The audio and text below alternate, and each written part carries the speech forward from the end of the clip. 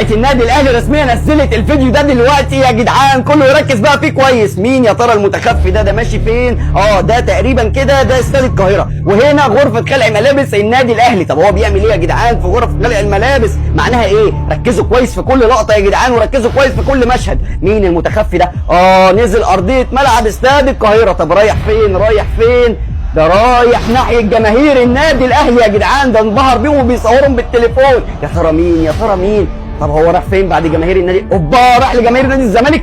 راح. معناها ايه دي؟ معناها ايه دي؟ واقف كمان بيبص على لعيبه النادي الاهلي وهي نازله. يعني كده ده كان موجود في ماتش الاهلي والزمالك اللي فات، وبيتابع كمان الماتش وبيتابع التمرين. انا ما خدتش بالي خالص من اي حد متخفي في ماتش الاهلي والزمالك. انا كل اللي خدت بالي منه يعني الجونين بتوع حسين الشحات وشريف وباقي الشله بصراحه.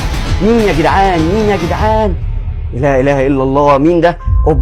المكان ده انا حاسس ان انا عارفه كويس جدا جدا جدا. المكان اللي هو ماشي فيه ده، يا ترى ده هو اللي في بالي؟ هو اللي في بالي؟ هو نفس المكان صح؟ تفتكروا؟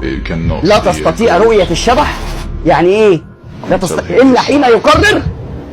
امام عاشور اهلاوي، امام عاشور اهلاوي يا جدعان. امام عاشور دلوقتي في التتش بتشيرت النادي الاهلي. صفحه النادي الاهلي اعلنت رسميا عن صفقه امام عاشور. رسميا الافراح في الجزيره والشياط والنواح في 100 عقبه. امام عاشور اهلاوي اهلاوي اهلاوي.